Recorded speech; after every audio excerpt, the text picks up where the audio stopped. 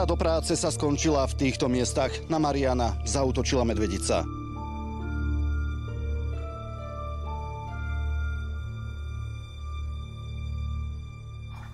Z ničoho nič sa mi objavila taká bledá hlava.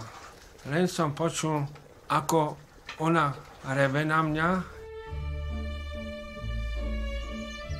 a zrazu ona prišla ku mne.